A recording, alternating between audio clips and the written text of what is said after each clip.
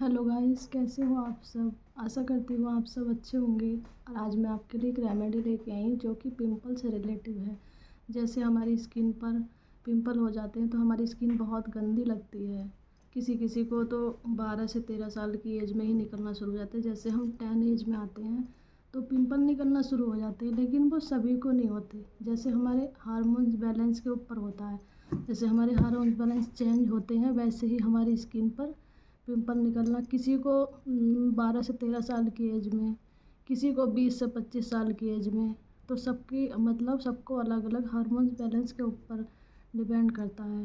और जब हमारी स्किन पे पिंपल हो जाते हैं तो हम मार्केट से मार्केट से नई नई केमिकल भरी क्रीमें यूज करते हैं। कभी ये क्रीम, कभी वो क्रीम, कभी ये लगाया, कभी वो लगाया। जिसने जो बताया हम इस्तेमाल करना शुरू कर देते हैं और वो हमारी स्किन में ऐसे बैठ जाते हैं कि फिर निकलने का नाम ही नहीं लेते। तो फिर हम उससे बहुत ज़्यादा हमें दिक्कत होती है। और जिसको ये होते हैं उससे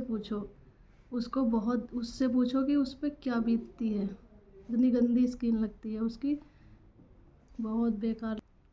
तो हम महंगी से महंगी क्रीम का इस्तेमाल करते हैं पर उसका कोई भी इफ़ेक्ट नहीं होता, क्योंकि हमारी स्किन में अंदर से ही प्रॉब्लम है।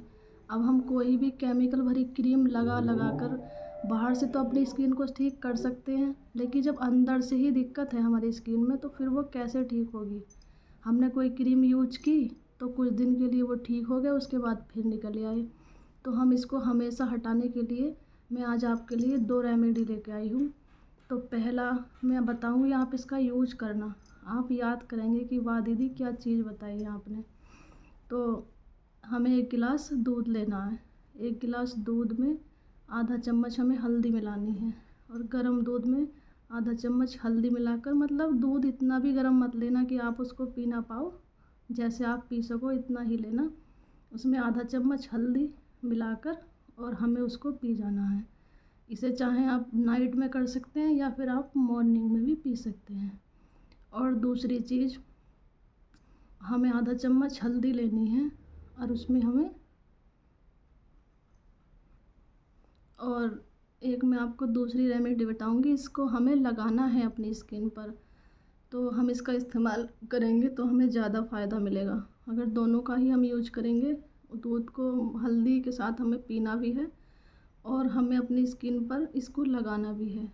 तो इसे कैसे इस्तेमाल करेंगे मैं आपको बताती हूँ इसका यूज करके।